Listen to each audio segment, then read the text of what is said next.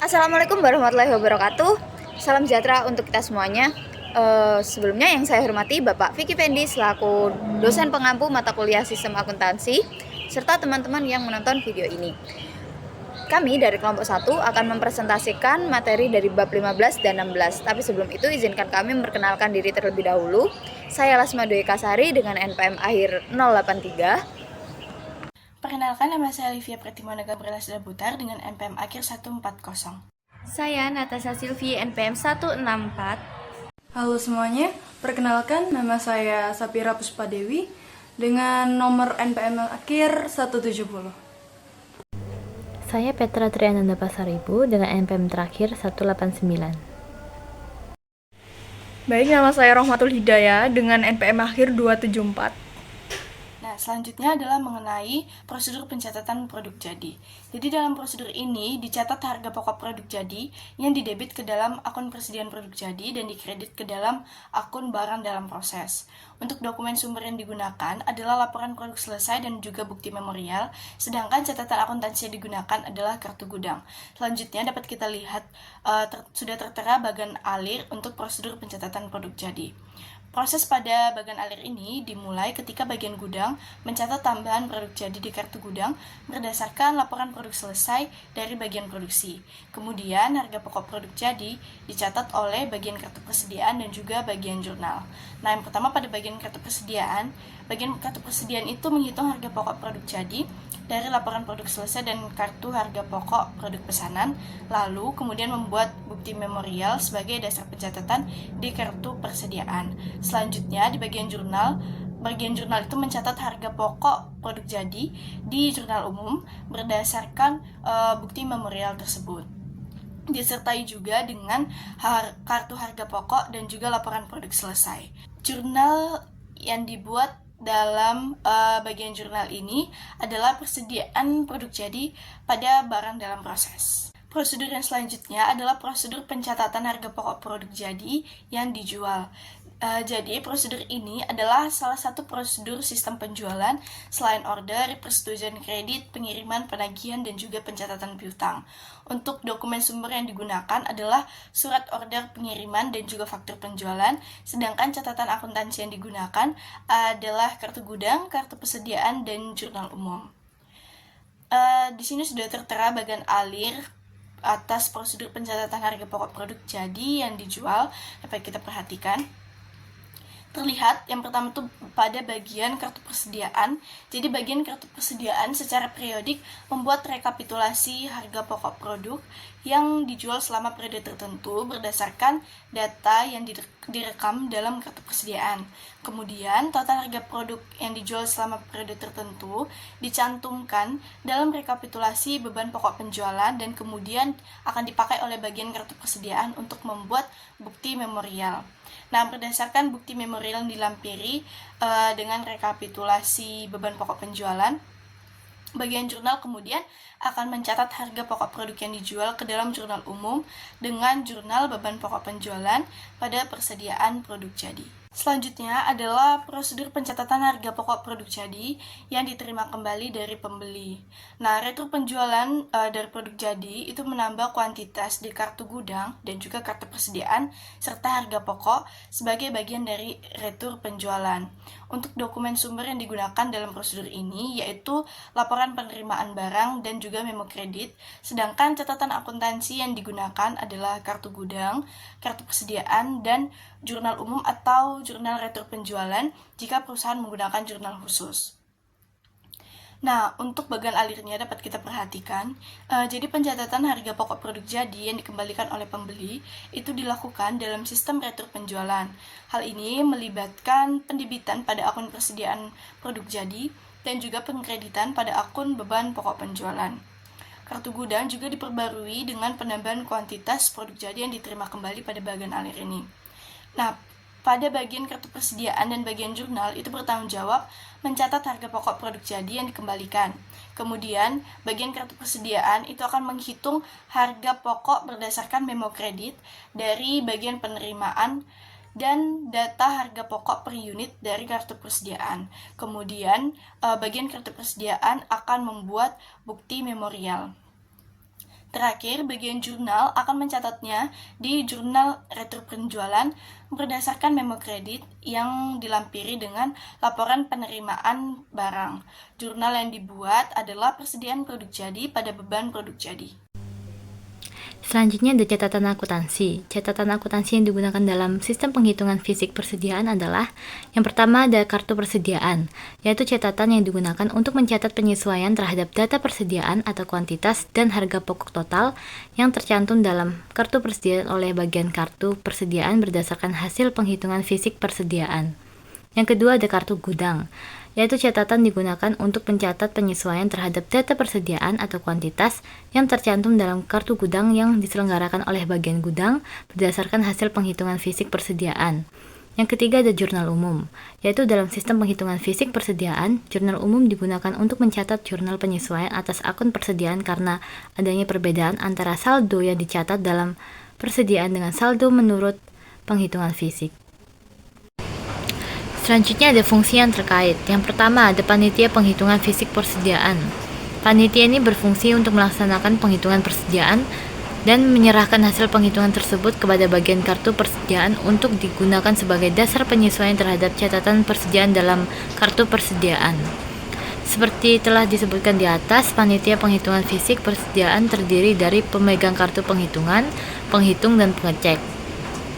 Pemegang kartu penghitungan fisik bertugas untuk menyimpan dan mendistribusikan kartu penghitungan fisik kepada para penghitung, melakukan pembandingan hasil penghitungan fisik yang telah dilaksanakan oleh penghitung dengan pengecek, dan mencatat hasil penghitungan fisik persediaan dalam daftar hasil penghitungan fisik.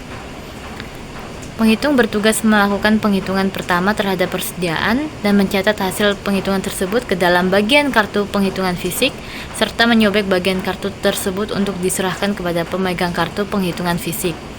Pengecek bertugas melakukan penghitungan kedua terhadap persediaan yang telah dihitung oleh penghitung dan mencatat hasil perhitungannya ke dalam bagian kedua kartu penghitungan fisik. Selanjutnya ada fungsi akuntansi, yaitu dalam sistem penghitungan fisik persediaan, fungsi ini bertanggung jawab untuk yang pertama, mencantumkan harga pokok satuan persediaan yang dihitung ke dalam daftar hasil penghitungan fisik. Yang kedua, mengkalikan kuantitas dan harga pokok persatuan yang tercantum dalam daftar hasil penghitungan fisik. Yang ketiga, yaitu mencantumkan harga pokok total dalam daftar hasil penghitungan fisik. Yang keempat, melakukan penyesuaian kepada kartu persediaan berdasarkan daftar data hasil penghitungan fisik persediaan. Dan yang terakhir, membuat bukti memorial mencatat penyesuaian data persediaan dalam jurnal umum berdasarkan hasil penghitungan fisik median. Dalam struktur organisasi, fungsi akuntansi yang terkait dalam sistem penghitungan persediaan adalah bagian kartu persediaan. Selanjutnya ada fungsi gudang, yaitu dalam sistem penghitungan fisik persediaan, fungsi gudang bertanggung jawab untuk melakukan penyesuaian data kuantitas persediaan yang dicatat dalam kartu gudang berdasarkan hasil menghitung fisik persediaan. Selanjutnya ada jaringan prosedur. Yang pertama ada prosedur penghitungan fisik, yaitu dalam prosedur ini setiap jenis persediaan di gudang dihitung oleh penghitung dan pengecek secara independen yang hasilnya dicatat dalam kartu penghitungan fisik. Yang kedua ada prosedur kompilasi, yaitu dalam prosedur ini pemegang kartu penghitungan fisik melakukan perbandingan data yang dicatat dalam bagian ketiga dan bagian kedua kartu penghitungan fisik serta melakukan pencatatan data yang tercantum dalam bagian kedua kartu penghitungan fisik ke dalam daftar penghitungan fisik. Yang ketiga ada prosedur penentuan harga pokok persediaan, yaitu dalam prosedur ini bagian kartu persediaan mengisi harga pokok per satuan tiap jenis persediaan yang tercantum dalam daftar penghitungan fisik berdasarkan informasi dalam kartu persediaan yang bersangkutan serta mengkalikan harga pokok persatuan tersebut dengan kuantitas hasil penghitungan fisik untuk mendapatkan total harga pokok persediaan yang dihitung. Yang keempat ada prosedur penyesuaian, yaitu dalam prosedur ini bagian kartu persediaan melakukan penyesuaian terhadap data persediaan yang tercantum dalam kartu persediaan berdasarkan data hasil penghitungan fisik persediaan yang tercantum dalam daftar hasil penghitungan fisik persediaan. Pada slide ini saya akan menjelaskan mengenai prosedur permintaan dan pengeluaran barang gudang. Pada prosedur ini merupakan salah satu prosedur yang membentuk sistem akuntansi biaya produksi di mana harga pokok persediaan bahan baku, bahan penolong, bahan habis pakai pabrik, dan suku cadang yang dipakai dalam kegiatan produksi dan kegiatan non-produksi dicatat dalam prosedur ini. Lalu dokumen yang dibutuhkan atau dokumen sumber yang dipakai dalam prosedur ini adalah bukti permintaan dan pengeluaran barang gudang yang dipakai oleh bagian gudang untuk mencatat pengurangan persediaan karena pemakaian intern. Lalu bukti ini digunakan juga bagian kartu persediaan untuk mencatat berkurangnya kuantitas harga pokok persediaan karena pemakaian, dan juga digunakan sebagai dokumen sumber dalam pencatatan pemakaian persediaan ke dalam jurnal pemakaian atau jurnal umum. Dapat dilihat gambarnya untuk bagan alir dokumen prosedur permintaan dan pengeluaran gudang di bagian samping. Dapat dilihat bagan alirnya, dan dalam bagan alir itu dapat diketahui prosedur yang dapat dilakukan untuk permintaan dan pengeluaran barang gudang tersebut.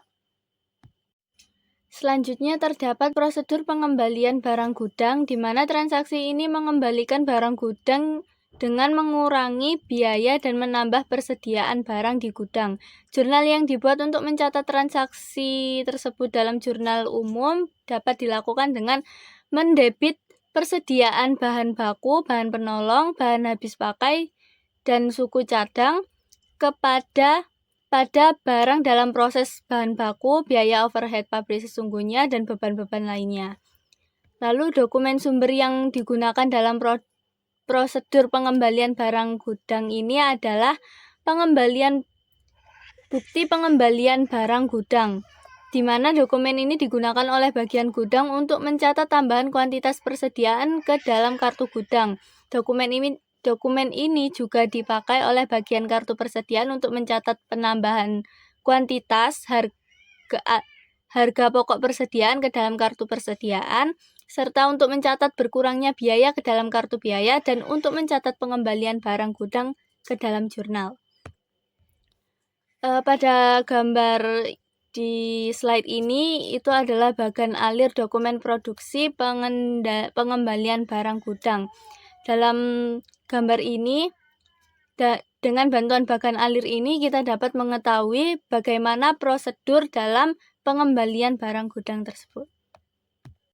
Selanjutnya pada slide ini terdapat sistem perhitungan fisik persediaan, di mana sistem ini digunakan oleh perusahaan untuk menghitung secara fisik persediaan yang disimpan di dalam gudang. Hasilnya akan digunakan untuk meminta pertanggungjawaban bagian gudang mengenai pelaksanaan fungsi penyimpanan, pertanggungjawaban, kemudian bagian kartu persediaan mengenai keandalan catatan persediaan yang diselenggarakannya, serta untuk melakukan penyesuaian terhadap catatan persediaan di bagian kartu persediaan. Dalam bagian ini diuraikan sistem perhitungan fisik persediaan yang merupakan salah satu unsur pengendalian internal terhadap persediaan. Kemudian dokumen-dokumen yang dibutuhkan ialah dokumen ini untuk merekam, meringkas, dan membukukan hasil perhitungan fisik persediaan. Jadi dokumen yang dibutuhkan itu ada 3. Kartu persediaan fisik seperti pada gambar pertama, gunanya untuk merekam hasil perhitungan fisik persediaan. Lalu yang kedua ada daftar perhitungan fisik, di mana dokumen ini digunakan untuk meringkas data yang telah direkam dalam bagian kedua kartu perhitungan fisik. Lalu juga bukti memorial yang merupakan dokumen sumber yang digunakan untuk membukukan penyesuaian akun persediaan sebagai akibat dari hasil perhitungan fisik ke dalam jurnal umum. Selanjutnya mengenai praktik yang sehat. Yang pertama itu, kartu jam hadir harus dibandingkan dengan kartu jam kerja sebelum kartu yang terakhir ini dipakai sebagai dasar distribusi biaya tenaga kerja langsung. Yang kedua, pemasukan kartu jam hadir ke dalam mesin pencatat waktu harus diawasi oleh fungsi pencatat waktu. Yang ketiga, pembuatan daftar gaji dan upah harus diverifikasi kebenaran dan ketelitian perhitungannya oleh fungsi akuntansi sebelum dilakukan pembayaran. Yang keempat, Penghitungan pajak penghasilan karyawan direkonsiliasi dengan catatan penghasilan karyawan, dan yang kelima, catatan penghasilan karyawan disimpan oleh fungsi pembuat daftar gaji dan juga upah. Di sini saya akan menjelaskan tentang prosedur pencatatan harga pokok produk dalam proses yang umumnya digunakan dalam sistem akuntansi biaya. Yang pertama ada surat perintah kerja atau SPK. Ini digunakan sebagai dasar untuk memulai produksi dan berisi detail pekerjaan yang akan dilakukan. Lalu yang kedua ada bukti penggunaan bahan baku. Ini mencatat bahan baku yang digunakan untuk produksi. Dokumen ini mengalir ke bagian pencatatan biaya bahan baku. Lalu yang ketiga ada kartu jam kerja atau timesheet. Ini mencatat waktu kerja karyawan, digunakan untuk menghitung biaya tenaga kerja langsung. Lalu yang keempat ada biaya overhead pabrik, mencakup biaya tidak langsung yang terkait dengan produksi seperti listrik, depresiasi mesin, dan lain-lain. Lalu yang kelima ada kartu harga pokok pesanan atau job cost sheet. Ini semua data biaya termasuk bahan, tenaga kerja, dan overhead dikumpulkan di sini sebagai ringkasan harga pokok per pesanan atau produk. Lalu yang terakhir ada laporan harga pokok produk dalam proses. Ini disusun dari kartu harga pokok dan menunjukkan nilai produk yang masih dalam proses pada akhir periode. Lalu di sini saya akan menjelaskan tentang prosedur pencatatan harga pokok persediaan yang dibeli. Nah, deskripsi prosedurnya yaitu prosedur ini merupakan bagian dari sistem pembelian. Dalam prosedur ini dicatat harga pokok persediaan yang dibeli. Artinya setiap barang yang dibeli dan masuk ke dalam persediaan harus dicatat nilai atau harga pokoknya. Dokumen sumber yang digunakan dalam prosedur pencatatan harga pokok persediaan yang dibeli meliputi yang pertama ada laporan penerimaan barang dan bukti kas keluar. Laporan penerimaan barang digunakan sebagai dasar pencatatan bahwa barang sudah diterima. Bukti kas keluar digunakan untuk mencatat pembayaran atas pembelian barang tersebut.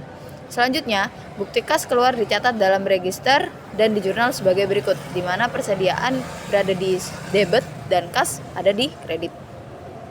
Bukti kas keluar yang akan dibayar dicatat sebagai utang jika belum dibayar lunas.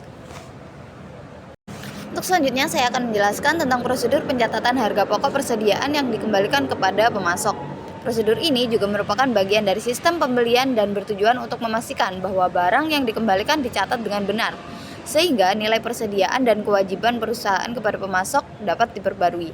Dokumen yang digunakan dalam prosedur ini antara lain yang pertama ada nota retur pembelian, bukti bahwa barang dikembalikan kepada pemasok. Lalu ada dokumen pendukung lain seperti laporan penerimaan barang yang dikoreksi.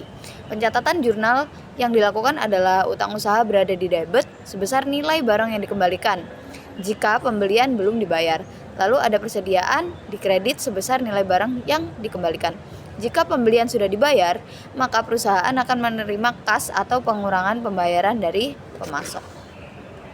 Baik, di sini saya akan menjelaskan tentang persediaan. Nah, adapun dalam perusahaan manufaktur itu persediaan terdiri dari satu persediaan produk jadi.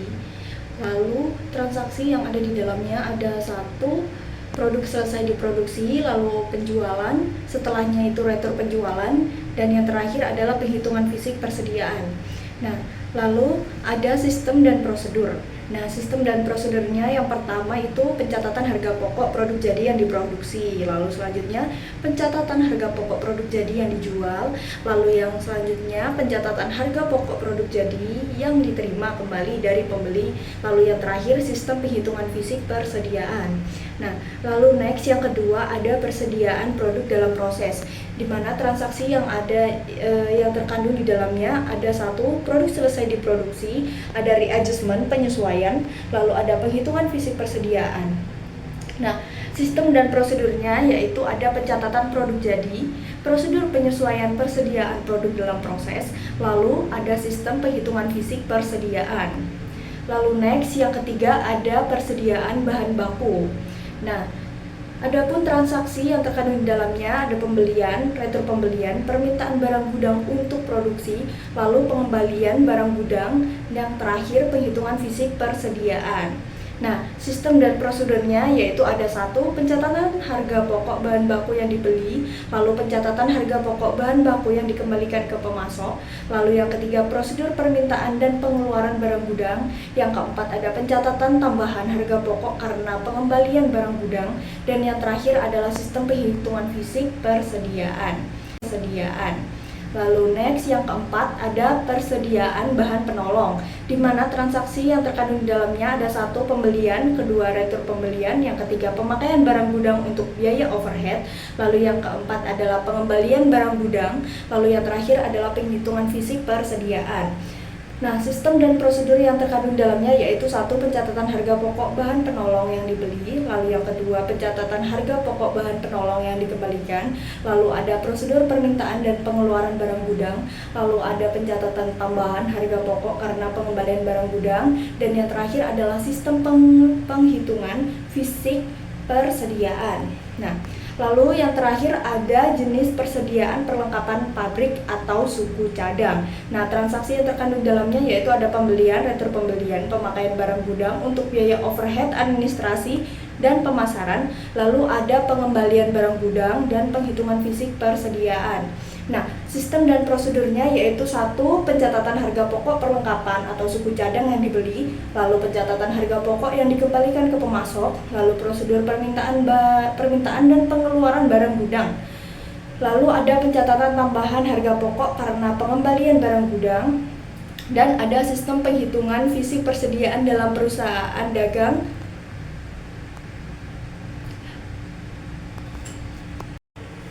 Baik, di sini saya akan menjelaskan tentang metode pencatatan persediaan, di mana metode pencatatan persediaan ini ada dua macam. Yang pertama ada metode mutasi persediaan atau perpetual inventory method. Nah, metode mutasi persediaan itu di mana setiap mutasi persediaan itu dicatat dalam kartu persediaan. Nah, metode ini sendiri itu cocok untuk digunakan dalam penentuan biaya bahan baku dalam perusahaan yang harga pokok produknya itu dikumpulkan dengan metode harga pokok pesanan.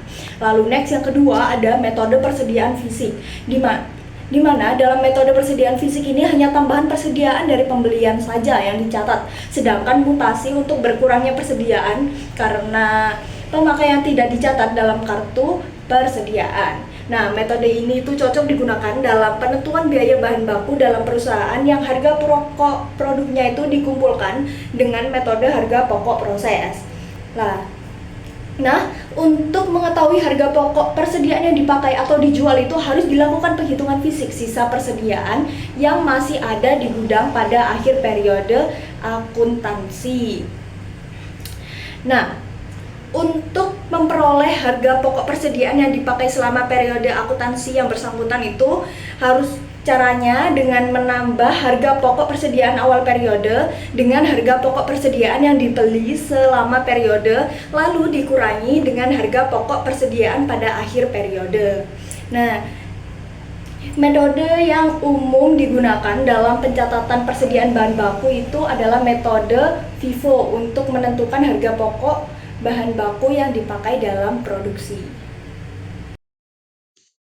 Baik, teman-teman, jadi di sini saya akan menjelaskan mengenai unsur pengendalian internal, di mana di sini dibagi menjadi dua, yaitu organisasi dan sistem otorisasi dan prosedur pencatatan.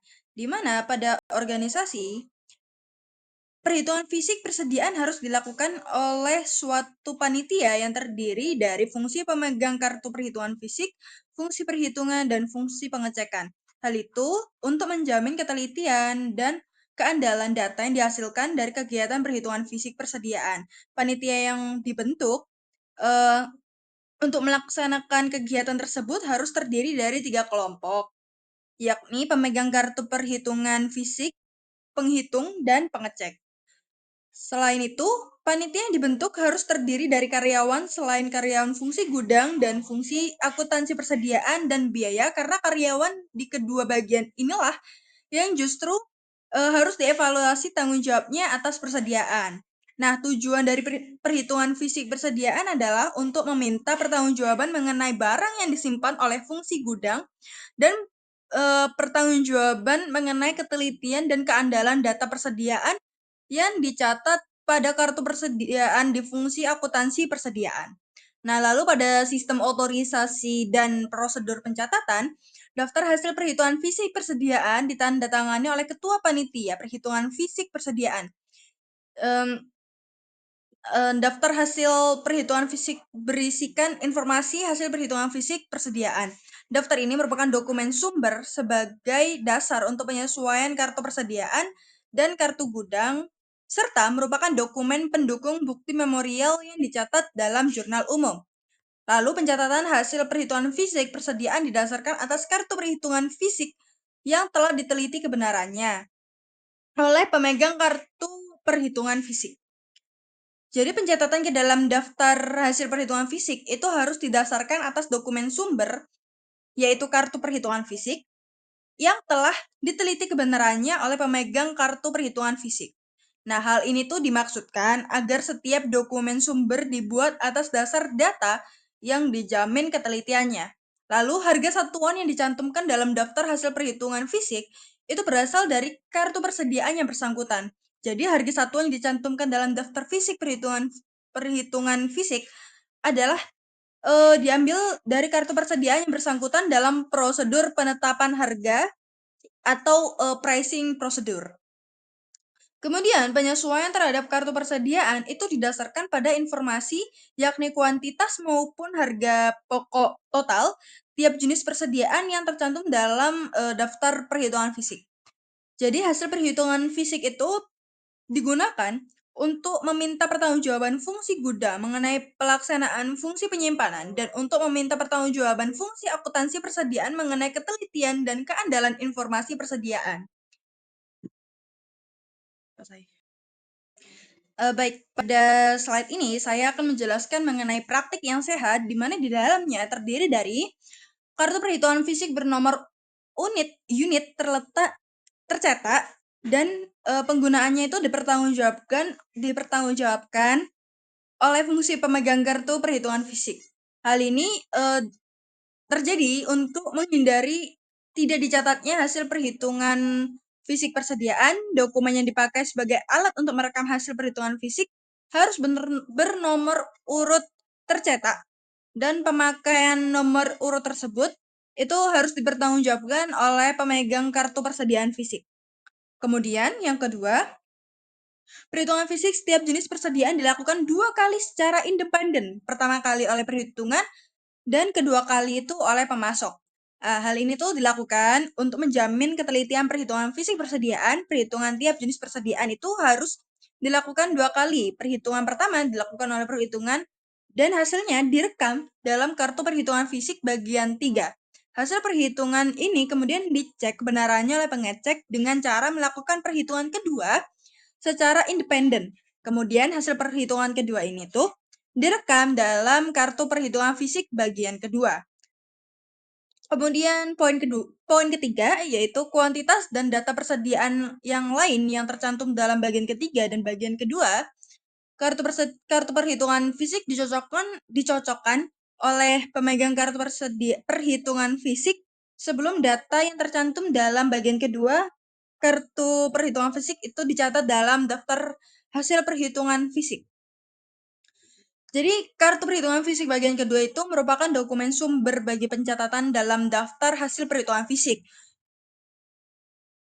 Hal itu untuk menjamin ketelitian dokumen sumber tersebut. Kartu perhitungan fisik bagian kedua harus dicocokkan untuk kartu perhitungan fisik bagian ketiga oleh pihak yang bebas dari kegiatan perhitungan fisik. Pemegang kartu perhitungan fisik harus mencocokkan kedua bagian tersebut untuk membuktikan ketelitian data yang direkam dalam kartu tersebut. Lalu poin keempat, yakni peralatan dan metode yang digunakan untuk mengukur dan menghitung kuantitas persediaan harus dijamin ketelitiannya. Jadi di antara persediaan yang dihitung ada jenis persediaan yang mudah dihitung dengan cara yang sederhana, misalnya suku cadang mesin. Ada pula persediaan yang memerlukan alat tertentu untuk metode tertentu untuk menghitung kuantitasnya. Misalnya itu bahan bakar yang ada di tangki atau semen curah yang ada di silo. Peralatan dan metode yang digunakan untuk mengukur dan menghitung kuantitas persediaan harus dijamin ketelitiannya agar hasil perhitungan fisik persediaan itu teliti dan andal. Pada slide ini saya akan menjelaskan tentang sistem perhitungan fisik persediaan. Nah, jadi berdasarkan flowchart atau bagian alir dokumen pada gambar 15-14 yang telah saya cantumkan pada slide ini, sistem ini tuh sangat penting untuk memastikan bahwa jumlah barang yang tercatat di sistem itu benar-benar sesuai dengan jumlah barang yang ada secara fisik di gudang. Proses ini tuh biasanya dilakukan secara berkala, terutama di akhir periode akuntansi atau saat stok opnam. Nah, proses itu tuh dimulai dengan pembagian kartu perhitungan fisik yang biasanya itu disingkat sebagai KPF kepada petugas penghitung. Kemudian kartu ini tuh terdiri dari 3 bagian, yaitu KPF bagian 1, 2, dan 3, di mana masing-masing bagian itu memiliki fungsi yang berbeda yang akan digunakan oleh berbagai pihak yang terlibat dalam proses itu tadi. Setelah kartu dibagikan, petugas penghitung akan melakukan penghitungan fisik terhadap barang-barang yang ada di lokasi penyimpanan. Hasil penghitungan tersebut dicatat di dalam KPF bagian ketiga.